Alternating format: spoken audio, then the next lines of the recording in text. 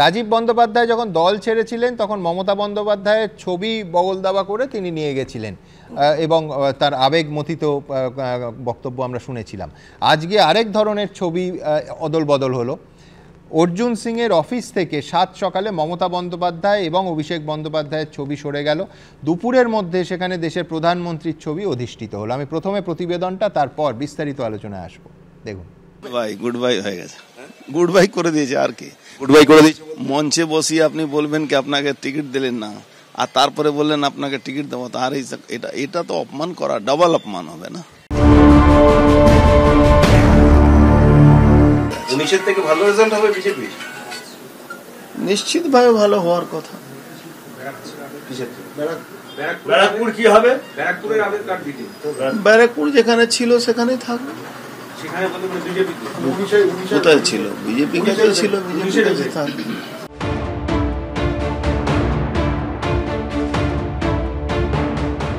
ছবি কথা বলে, এই ছবিও কথা বলছে। লোকসভা ভোটে অর্জুন সিং তৃণমূলের টিকিট না পাওয়ার পর এখন ফের তার বিজেপিতে যাওয়া নাকি সির্ফ সময়ের অপেক্ষা। এই আবহে মঙ্গলের সকালে জগদ্দলে মজদুর ভবনে অর্জুন সিং এর অফিস থেকে প্রথমে সরিয়ে দেওয়া হয় মমতা বন্দ্যোপাধ্যায় ও অভিষেক বন্দ্যোপাধ্যায়ের ছবি। পরিবর্তে জায়গা নেয় নরেন্দ্র মোদীর ছবি। ফেসবুকের প্রোফাইল থেকেও এদিন মমতা অভিষেকের ছবি সরিয়ে দেন অর্জুন।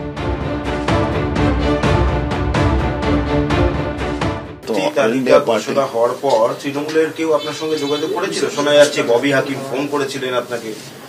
সেই দিনই আমাকে ফোন করেছিল, আবার একটা ললিপপ দেওয়ার চেষ্টা হয়েছিল। সূত্রের খবর, অর্জুনের বিজেপিতে যাওয়া ঠেকাতে মরিয়া তৃণমূল তাকে তাপস রায় ছেড়ে যাওয়া বরানগরে লড়ার প্রস্তাব দিয়েছে। এমনকি সূত্রের খবর, ভোটে জিতলে মন্ত্রী করারও প্রস্তাব দেওয়া হয় অর্জুন সিংকে। 10 তারিখে ববি হাকিম আমাকে ফোন করেছিলেন, আমার বন্ধুর লোক।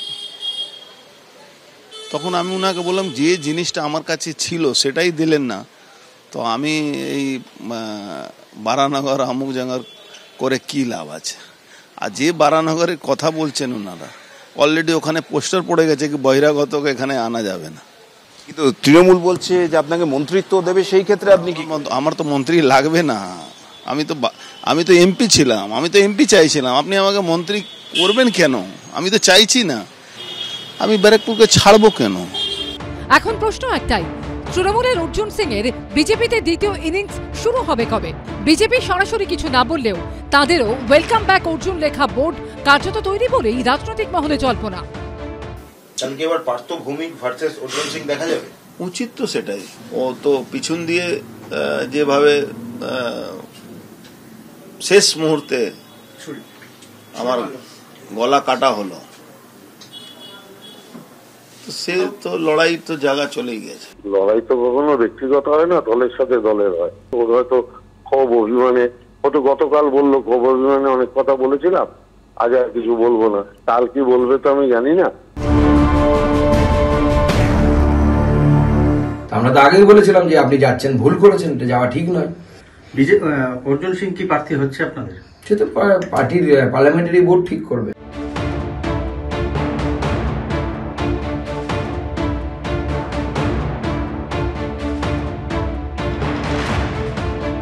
তৃণমূল থেকে বিজেপি, বিজেপি থেকে তৃণমূল, তাহলে সঙ্গতভাবেই আবার তৃণমূল থেকে বিজেপি হওয়া যায়।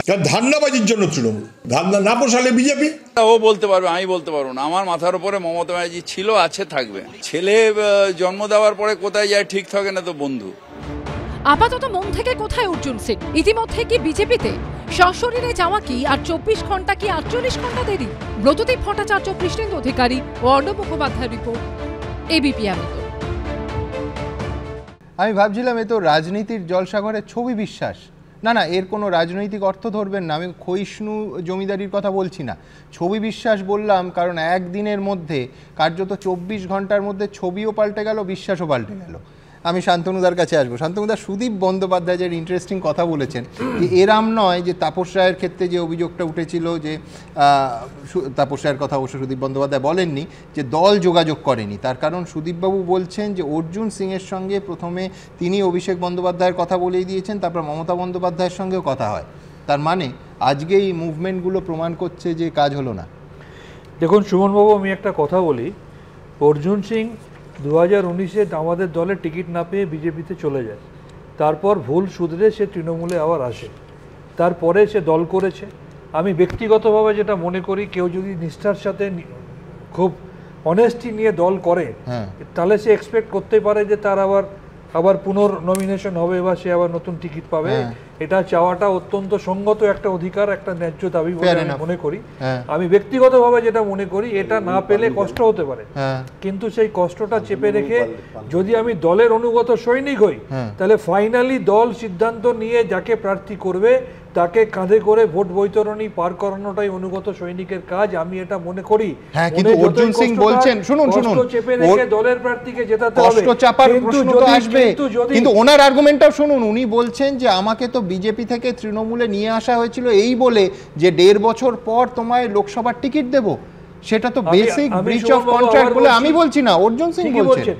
সুমনবাবু, অর্জুন সিং এর সাথে সেই সময় দলের কার কি কথা হয়েছে আমি তো সেখানে ছিলাম না, তার দায়িত্ব আমি নিতে পারবো না। কিন্তু আবার বলছি, যদি তর্কের খাতিরে সেটা হয়েও থাকে, তারপর তার মনে মনে যদি একটা জল্পনা থাকে আমি আবার এমপি হব, থাকতেই পারে। আমি ভালো কাজ করেছি, আমি আবার রিনিউয়াল পাবো, আমি আবার এমপি হব না। কিন্তু তৃণমূল যখন তাকে দলে নিয়েছে, নিশ্চয়ই একজন এমপি কে দলে নিয়েছে, তোমার এমএলএ বিধানসভার টিকিট দেবো বলে নয়। আমার কথাটা ভালো করে বুঝুন, নির্দিষ্টভাবে তার মনে হতেই পারে আমি ভালো কাজ করেছি, আমি আবার রিনমিনেটেড হব বা আমি আবার প্রার্থীপদ পাবো।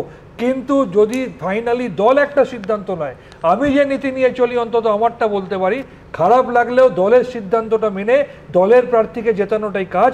সেখানে যদি সঙ্গে সঙ্গে আমি পদলোভী হয়ে সঙ্গে অন্য দলে যাই, বারবার যাওয়া আসা করলে সাধারণ মানুষের চোখে কিন্তু গ্রহণযোগ্যতা থাকে না, এটা মাথায় রাখতে হবে। আচ্ছা, একটাই শুধু কথা যে ওনার নাম তো শান্তনু সেন নয়, ওনার নাম তো অর্জুন সিং, তাই ওনার সিদ্ধান্ত উনি নিয়েছেন। কিন্তু প্রণয়দা, আপনার কাছে আমার প্রশ্ন থাকবে, সেটা হচ্ছে যে পার্টি উইথ দ্য ডিফারেন্স আজকাল আপনি বলেন না, কিন্তু আমি বলছি নীতি আদর্শের দিক থেকে আপনাদের টিকিটে জিতে একজন তৃণমূলে চলে গেলেন, এখন সেই দলে টিকিট না পেয়ে ডাবল সামারসল্ট করে বিজেপিতে ফিরে আসবেন, এটা কি মানে আমি বলছি বিজেপি তাকে নেওয়ার জন্য উদ্গ্রীব, এটা দলের খুব ভালো ছবি প্রতিফলিত হয়? দেখুন, অর্জুন সিং যখন আমাদের প্রার্থী হয়ে নির্বাচনে অংশ নিয়েছিলেন, তখন অভিষেক ব্যানার্জি বলেছিলেন যে 2 লক্ষ ভোটে, মিনিমাম 2 লক্ষ ভোটে চ্যালেঞ্জ করেছিলেন, না হলে রাজনীতি ছেড়ে দেবেন, এবং সেই চ্যালেঞ্জকে ব্যর্থ করে দিয়ে অর্জুন সিং জিতেছেন। অভিষেক ব্যানার্জি রাজনীতি ছাড়েননি, র্যাম্পে হেঁটে বেড়াচ্ছে আমি দেখলাম।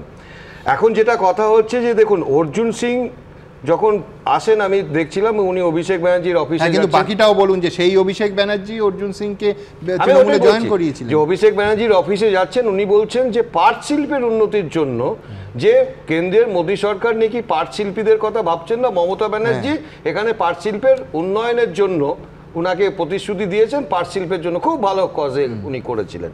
কিন্তু তারপরে আমি আজকে তিনি তৃণমূলের পাট চুকিয়ে দিন, না তৃণমূলের পাট চুকিয়ে দিচ্ছেন। আর আমি সেদিন দেখলাম বলছেন যে প্রতিশ্রুতি দিয়েছিল ওনাকে প্রার্থী করবেন। দেখুন, কে সত্যি কথা বলছেন কে মিথ্যা কথা বলছেন ওটা ওনারা বলতে পারবেন, কিন্তু এটা তো প্রমাণিত যে আজকে যখন অর্জুন সিং তৃণমূলে ছিলেন তার এগেনস্টে কোনো কেস ছিল না, যেদিন অর্জুন সিং বিজেপিতে আসলেন তার এগেনস্টে 107টা কেস। আরে মদন মিত্র বলেছেন এবার আর অর্জুন সিং এর বাড়িতে বোম পড়বে না, এটা মদন মিত্র বলেছেন। অর্থাৎ বিরোধী দলে গেলে আপনাদের কাছে কেস হবে, বিরোধী দলে গেলে আপনার বাড়িতে বোম পড়বে। এক সেকেন্ড, বিষয়টা একটা খুব ইন্টারেস্টিং, সেটা হচ্ছে সত্যি সত্যি 107টা ক্রিমিনাল কেস তার এগেনস্টে করা হয়েছিল। অনেকে এটাও বলতেন যে পাট শিল্প বাহানা মাত্র, এবং এই কেসগুলোর জন্যই অর্জুন সিং কার্যত শাসক দলে যেতে বাধ্য হয়েছিলেন। খুব ইন্টারেস্টিংলি আমার মনে আছে আপনার কাছে আসার আগে 22শে মে 2022 বিজেপি ছেড়ে তৃণমূল কংগ্রেসে যোগ দিয়েছিলেন অর্জুন সিং। এই ঘণ্টাখানেক সঙ্গে সুমন অনুষ্ঠানে তাকে আমরা ডেকেছিলাম, খুব ইন্টারেস্টিং কথা বলেছিলেন যে রাজনীতিতে এতে তো হতেই থাকে। আমি বলছি এই রকম স্পষ্টতার সঙ্গে রাজনীতির বাস্তবতা বলা অন ক্যামেরা আমি সুব্রত মুখোপাধ্যায়ের পরে আর কাউকে দেখেছি বলে মনে পড়ে না। আমি ছোট্ট একটা অংশ, বিরাট অনুষ্ঠান ছোট্ট একটা অংশ একটু দেখাবো আপনাদের। দেখুন, 4 মাস আগে 30শে জানুয়ারি এবছর ব্যারাকপুরে গান্ধীঘাটের অনুষ্ঠান, মাননীয় রাজ্যপালের পাশে আপনি বসে আছেন, জ্যোতিপ্রিয় মল্লিক রাজ্যের মন্ত্রী, তিনি এলেন, একেবারে শটান মঞ্চে উঠলেন না, কার্যত বয়কট করলেন এবং ক্যামেরার সামনে বলছেন আমি রাজ্যপালকে বলেছি মঞ্চে উঠব না, কারণ আপনার পাশে একটা দাগি ক্রিমিনাল বসে আছে, তার নাম অর্জুন সিং। আমি কালকে দেখছিলাম প্রেস কনফারেন্সে জ্যোতিপ্রিয় মল্লিক, বালুদা আপনার পাশেই বসে আছেন, হাসি হাসি মুখে আপনাদের কথা হচ্ছে। আপনাদের মধ্যে ব্যাপারটা কি সেটেল হয়ে গেল তাহলে? রাজনীতি এরই নাম আছে, রাজনীতি নামটাই হলো সমঝোতা। রাজনীতিতে কখন কখন কখন কে কি বলে আর কখন কে কি বলে না, এইটা নিয়ে প্রশ্ন থাকে সবারই, কিন্তু এটা প্রশ্ন বেশি দিন চলে না। আপনি যে কথাটা বলছেন তারপরে বালুদার সঙ্গে আমার কথা হয়, তো ওটা ঠিক আছে, রাজনৈতিক মঞ্চ একটা জায়গা বলতে হয়, সে বলতে হয়।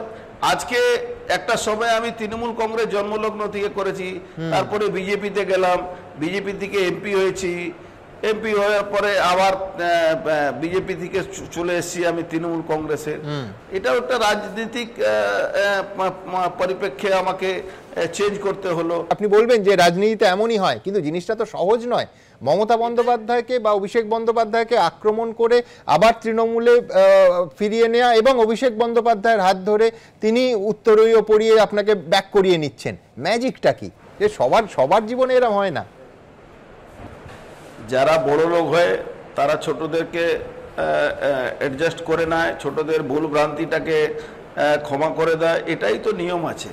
আমার কিছু ভুল ছিল, আমার সেই সময় যে পার্টির যারা যে কারণে আমি বেরোলাম সেই লোকটাই আজকে এই পার্টির সঙ্গে নেই, আমি চলে এলাম, তো এইসব হতে থাকে।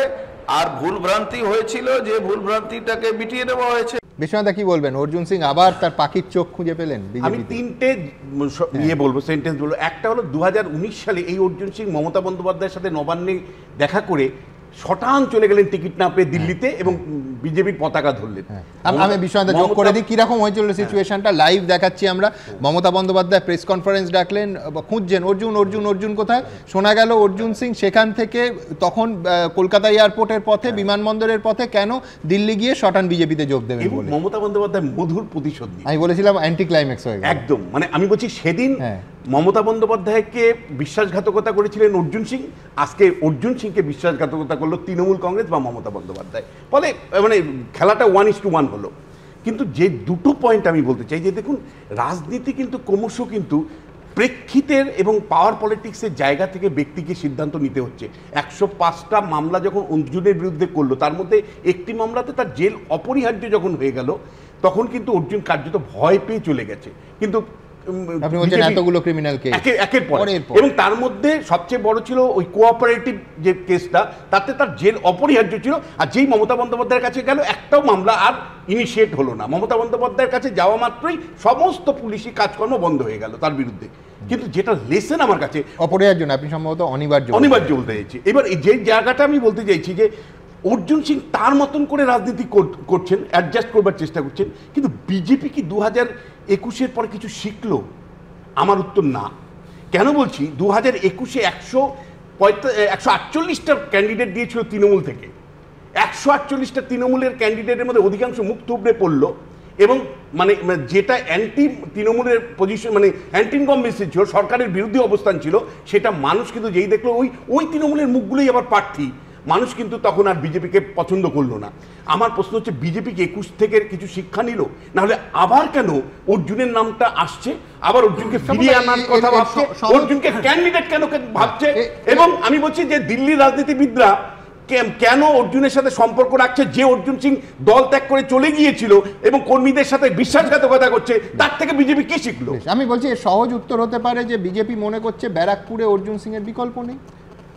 না, আমি একটা কথা বলি, মমতা ব্যানার্জি বাদ দিয়ে তৃণমূল কংগ্রেসের ব্যক্তিগত প্রভাবে কিছু ভোট আনার যে কজনের ক্ষমতা আছে বা ছিল, তার মধ্যে নিঃসন্দেহে অর্জুন সিং একজন। গত লোকসভা 2019-এ সুরিন্দর সিং আলুওয়ালিয়া এবং অর্জুন সিং কিন্তু ব্যক্তি প্রভাব না থাকলে তারা কিন্তু ওই দুটো সিট বিজেপিকে দিতে পারতো না, এবং অর্জুন সিং বিজেপিতে এসেছিল বলেই 2019-এ ব্যারাকপুর বিজেপি পেয়েছিল, নইলে বিজেপি পেত না। তো আজকের দিনেও বলছি, অর্জুন সিংয়ের তো প্রাসঙ্গিকতা আছে। অর্জুন সিংয়ের মতো একজন ক্যান্ডিডেট না হলে ব্যারাকপুর সিট বিজেপি এবারও পাবে না। তো বিজেপিকে ধরে রাখতে গেলে পাশাপাশি রাহুলের শুধু যোগ করে দেব যে আজকে তিনি বলছেন 1.5 বছর ধরে আমায় কথা দেওয়া হয়েছে। রবিবার দিন বিশ্বাসঘাতকতা শব্দ ব্যবহার করলেন বিশ্বনাথ দা। উনি বলছেন, অর্জুন সিং বলছেন, রবিবার দিন 11:46 আমায় জানানো হচ্ছে যে আমি প্রার্থী নই, পার্থভৌমিক প্রার্থী। ব্যাপারটা অদ্ভুত দেখেছো কেমন? মানে এটা ঠিক যে কোনো দলের যাওয়ার একটা স্টেবিলিটি থাকা দরকার, স্থায়িত্ব থাকা দরকার, যে মানুষ কিভাবে নেবে এটাকে।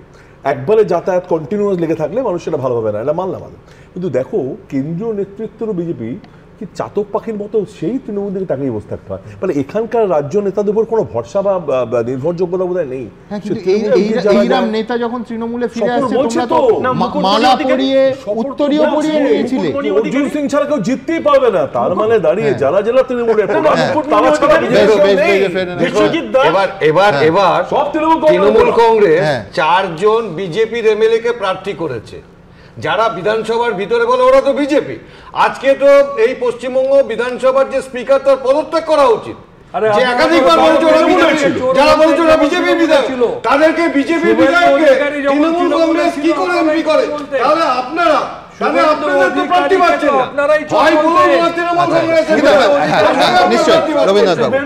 তাহলে কি আমি বুঝবো রবীন্দ্রনাথ বাবু যে নৈতিকতা ফ্যাক্টর নয়, জিততে পারবে কিনা, উইনেবিলিটি হচ্ছে ফ্যাক্টর, একমাত্র ফ্যাক্টর। এটা কিন্তু তৃণমূল এবং বিজেপির মধ্যেই হচ্ছে এটা। আপনার এই আর বাদ বাকিও তো অন্য দল আছে, বাম দল আছে, কংগ্রেস আছে, এবং পশ্চিম মানে বিজেপির রাজ্য কমিটিতে তৃণমূলের রাজ্য কমিটি চলে আসছে, তৃণমূলের রাজ্য কমিটিতে বিজেপির রাজ্য কমিটিতে আসছে। এই দল বদল নিয়ে দীর্ঘদিন চলছে এই যে ব্যাপারটা। মুকুল রায় পরিষ্কার বলেই দিয়েছেন এটা রাজ্য কমিটির সমস্যা না, এটা মন্ত্রিত্বের এমএলএ এমপির সমস্যা। রাজ্য কমিটির সমস্যা আপনারা নিচ্ছেন কেন? একবার তো এই আসা যাওয়ার একটা খতিয়ান এবার আপনাদের সামনে রাখবো, যারা ভুলে গেছেন একবার স্মৃতিটা ঝালিয়ে নিন। 2019 সালের লোকসভা ভোটে ব্যারাকপুর থেকে তৃণমূল প্রার্থী হতে চেয়েছিলেন অর্জুন সিং, কিন্তু তৃণমূল নেত্রী প্রার্থী করেন দীনেশ ত্রিবেদীকে। এরপরই বিজেপিতে যোগ দেন। বিজেপির টিকিটে জয়ী হয়ে আবার 2022 সালের 22শে মে তৃণমূলে ফিরে আসেন।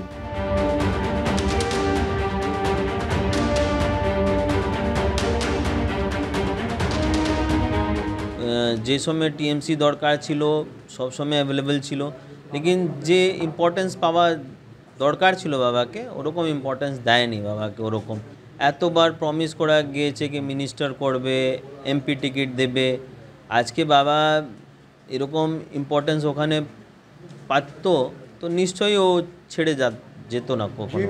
ষড়যন্ত্র চলছে। মমতা ব্যানার্জি যাকে টিকিট দেবেন দেবেন, হয়তো আমাকে টিকিট নাও দিতে পারে, না দিলে কি আছে, মমতা ব্যানার্জি সৈনিক হিসাবে আছি থাকবো, ওদের কিছু যায় আসে, এটা মমতা ব্যানার্জি ঠিক করবেন। আমি তো গেছিলাম এমন ভাবে আমাকে কি বলা যায় বেইজ্জত করা হলো।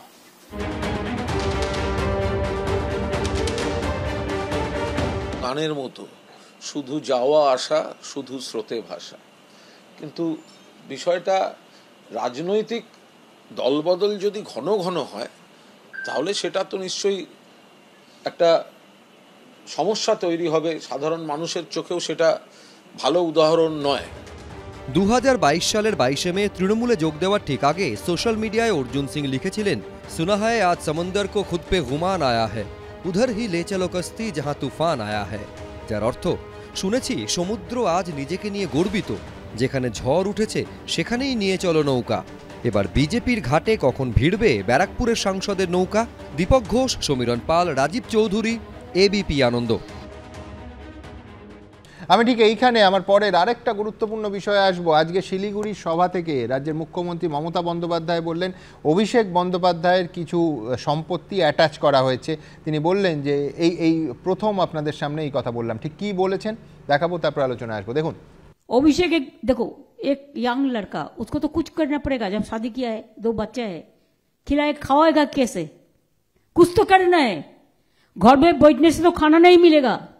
उसको एक बिजनेस था, सब प्रॉपर्टी अटैच कर दिया। मैंने कभी नहीं बोला, इसी के लिए नहीं बोला कि हमारा लड़ाई जो है इस अन्याय का खिलाफ में लड़ाई है।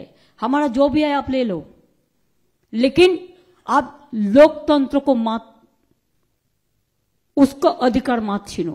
তৃণমূল আর বিজেপির কাছে আসতেই হবে। হ্যাঁ, দেখুন এই মুখ্যমন্ত্রী একবার এই রাজ্যের বেকার যুবক যুবতীদের বলেছিলেন যে চপ ভাজো, মাকে বলো চপ ভেজে দেবে, চপ বিক্রি করো। আর উনি তো পিসি, উনি চপ ভেজে দিতে পারতেন, উনি চপ বেচতেন, অভিষেক ব্যানার্জি রাস্তায় চপ বিক্রি করতেন। না, কিন্তু এটার আগে আপনারা জানতেন যে অভিষেক বন্দ্যোপাধ্যায় সম্পর্কে অ্যাটাচ করা হয়েছে? শান্তনু সেন বলতে দিচ্ছে না। অমিত শাহের ছেলের সম্পত্তি 1 বছরে 16,000 গুণ বেড়ে গেছে। তার জবাবটা কে দেবে? আর অভিষেক বন্দ্যোপাধ্যায়কে তো ইডি সিবিআই দিয়ে জর্জরিত করে ছেড়েছেন, একটা কিছু প্রমাণ করতে পেরেছেন? বিজেপি নামক ওয়াশিং মেশিনে ঢুকিয়ে নিচ্ছেন। আজকে নারায়ণ রানের বিরুদ্ধে কত হাজার কোটি টাকা দুর্নীতি ছিল, অজিত পাওয়ারের বিরুদ্ধে নরেন্দ্র মোদী নিজে গিয়ে বলে এলো দুর্নীতিগ্রস্ত, তারপর তাকে নিয়ে রাজ্যের উপমুখ্যমন্ত্রী করলো। রাজীব ব্যানার্জির বিরুদ্ধে মুখ্যমন্ত্রী বললেন বন বিভাগ নিয়োগে দুর্নীতি হয়েছে, তদন্ত কমিশন বলছে। আরে অভিষেক রাজীব ব্যানার্জিকে কোন ওয়াশিং মেশিন বলেন? কিন্তু আমি বিশ্বনাথ এইটা নতুন তথ্য যে অভিষেক বন্দ্যোপাধ্যায়ের এজেন্সি সম্পত্তি অ্যাটাচ করেছেন, প্রকাশ্যে বললেন না। এটা কিন্তু মানে সত্যি আমরাও জানি না, মানে আমি জানি না আপনি জানেন কিনা, মানে অন্তত আমার তো জানা নেই। এবং মমতা বন্দ্যোপাধ্যায় খুল্লাম খুল্লা আজকে যেভাবে বললেন তাতে দুটো জিনিস হয়। একটা হলো যে বিরোধীরা যে বারবার অভিযোগ জানাচ্ছিল যে শান্তিনিকেতন কি করে তৈরি হলো, অভিষেক বন্দ্যোপাধ্যায়ের এত প্রপার্টি কি হলো, যে বিরোধীরা বারবার প্রশ্নগুলো তুলছিল, তাহলে কোনো একটা জায়গায় কি মান্যতা পেল যে ইডি কেন হঠাৎ করে অভিষেক বন্দ্যোপাধ্যায়ের সম্পত্তি অ্যাটাচ করলো, এই সম্পত্তি কি সম্পত্তি, তার কি মানে এই সম্পত্তি নিয়ে মুখ্যমন্ত্রী কেন প্রশ্ন তুলছেন, বা তিনি ইডির ভূমিকা নিয়ে প্রশ্ন তুলছেন কেন? দেখুন, মানে আমার কিন্তু বারবার মনে হচ্ছে মুখ্যমন্ত্রীর আজকের এই বক্তব্যের মধ্য দিয়ে বিরোধীদের কিন্তু গলার স্বর আরো চওড়া হবে, কারণ মুখ্যমন্ত্রী নিজে বলছেন যে অ্যাটাচ হয়েছে এবং ইডি অ্যাটাচ করেছে, তাহলে কিন্তু কোনো না কোনোভাবে বিরোধীদের পাতা ফাঁদে কিন্তু মুখ্যমন্ত্রী এখানে পা দিলেন। আমি একটা কথা বলবো যে ভারতে এইটাই কিন্তু প্রথম যে একটি দলের 10 কোটি 29 লক্ষ টাকা ইডি অ্যাটাচ করলো, রাজনৈতিক দলের অ্যাটাচ করা হয়নি। এই প্রথম একটা দলের, যাতে কোনো প্রমাণ না থাকলে তো মজার ব্যাপার হচ্ছে 2014 আগে হেলিকপ্টার সার্ভিস নেওয়ার কথা বলা হয়েছিল, তারপরে মুকুল রায় পার্টি থেকে চলে যায়, কাকে পেমেন্ট করা হবে বোঝা যাচ্ছিল না। যে মুহূর্তে বলেছে জয়েন্ট ডিরেক্টরকে আমাদের সেই টাকাটা আমরা পেমেন্ট করেছি, মজার ব্যাপার দেখুন সেই সময় সব থেকে বেশি হেলিকপ্টার চলেছিলেন মিঠুন চক্রবর্তী আর মুকুল রায়। মুকুল রায় বিজেপিতে চলে গিয়েছিল আর মিঠুন চক্রবর্তী এখন আছে, এখন মিঠুন চক্রবর্তী বিজেপিতে আছে বলে প্রেস রিলিজে তার নাম নেই। মুকুল রায় এখন কোথায় আছে? ইডির পক্ষপাতিত্বটা কোন জায়গায় ভেবে দেখুন। মুকুল রায় এখন কোথায় আছে? মিঠুন চক্রবর্তী সব থেকে বেশি বেনিফিটেড হয়েছে। মুকুল রায় এখন কোথায় আছে? দল হিসেবে দলকে তো দায়িত্ব নিতে হবে, দল হিসেবে নিয়েছেন, ব্যক্তি হিসেবে নেন, দল হিসেবে নিলে দলকে দায়িত্ব নিতে হবে। দল আপনার পান কোথা থেকে, আপনারা টাকা কোথা থেকে পান? হেলিকপ্টার নিয়ে ঘোরেন কেন? আপনারা গরিবের দল ছিলেন, গরিবের দল হেলিকপ্টার নিয়ে ঘোরে কেন? বিমান নিয়ে ঘোরে কেন?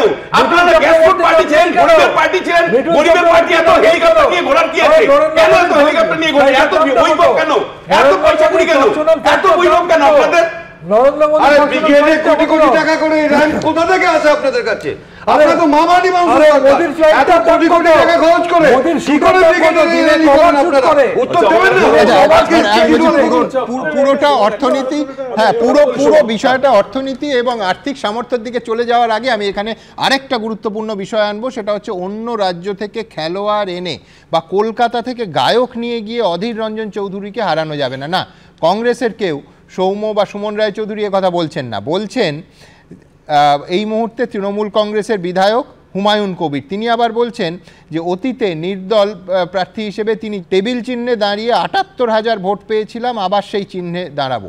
এর পাশাপাশি আমি দেখাবো সৌরভ গঙ্গোপাধ্যায়, তিনিও এই ইউসুফ পাঠানের দাঁড়ানো নিয়ে, অধীর রঞ্জন চৌধুরীর বিরুদ্ধে দাঁড়ানো নিয়ে চমৎকার মন্তব্য করেছেন।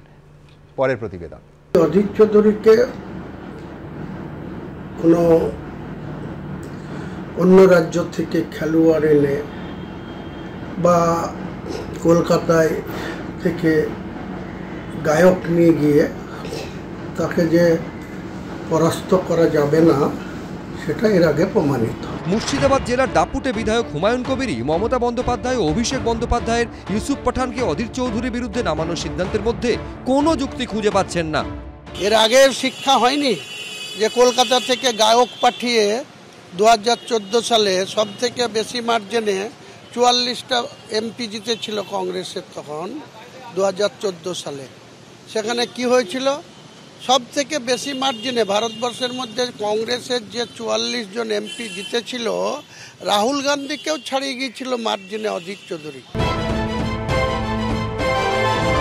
আমার বক্তব্য হচ্ছে যে আমি একটু চেয়েছিলাম যে দিদি কিংবা খোকাবাবু আমার চ্যালেঞ্জটা গ্রহণ করুক।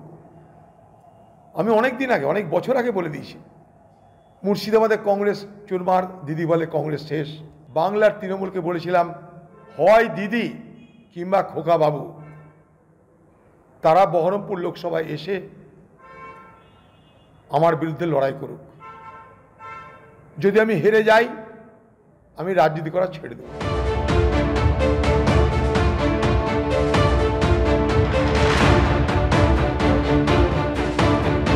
আমি টেবিল চিহ্ন নিয়ে হুমায়ুন কবির ক্যান্ডিডেট, হুমায়ুন কবিরের ছবি, তা দিয়ে ওখানকার ভোটাররা ৭৪,২১০ ভোট দিয়েছিল। কাজেই আমি জনগণের মতামতকে গুরুত্ব দিয়ে আমার টেবিল চিহ্ন আগামী দিনে আবার অবতীর্ণ হব। হুমায়ুন বাবুর কোথায় কষ্ট সেটা জানি না, আমার মনে হয় তার প্রথমে কথা বলে নেওয়া উচিত পার্টির স্তরেতে। বক্স অফিসে আয়ের নিরিখে শাহরুখ খানের পাঠান ছবিকে মাত দিয়েছিল শাহরুখেরই জওয়ান। বহরমপুরে জওয়ান এবং পাঠানের লড়াইয়ে কি হবে, শেষ হাসি হাসবে কে, উত্তর মিলবে ভোটের ফলাফলে। রাজীব চৌধুরী, সন্দীপ সরকার, রানা দাস, এবিপি আনন্দ।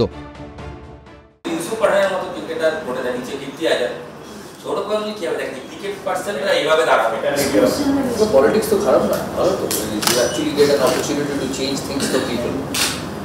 সবার মাইন্ডসেট এক হয় না, সবার লাইফে অপরচুনিটিজ এক থাকে না। কীর্তি আজাদ তো has been a politician for long, so it's nothing new for him. Yusuf Pathan কেটিআরের সূত্রে কলকাতায় দাঁড়াবে, দিলাম অধীরবাবুর এগেনস্টে দাঁড়াবে, মানে উল্টো দিকে ব্রেট লি আর ইউসুফ পাঠান, ওই কেস। আগুন জ্বলিত যবে আপন আলোতে, সাবধান করেছিলে মোরে দূর হতে। কিন্তু সন্দেশখালির ক্ষোভের আগুন দেখেও সাবধান হতে এত সময় লাগলো কেন? বঙ্গ রাজনীতিতে যখন এই প্রশ্ন উঠছে তখন শাহজাহান ঘনিষ্ঠ আরেক পঞ্চায়েত প্রধানকে জেরা করল সিবিআই। এর আগে এই নেতার বাড়িতেই শেখ শাহজাহান লুকিয়েছিল বলে দাবি করেছিলেন শুভেন্দু অধিকারী। অন্যদিকে সিবিআইয়ের ব্যর্থতাগুলোকে তুলে ধরে তৃণমূল বলছে এই তদন্ত আসলে রাজনৈতিক প্রতিহিংসা ছাড়া কিছুই নয়। এখন রাজনীতিতে কখন কার মনে কি চলছে বোঝে কার সাধ্য। আমরা সোজা সাপটা কথা বলি বলে আবার কেস দেবেন না প্লিজ, কেস দেবেন না প্লিজ।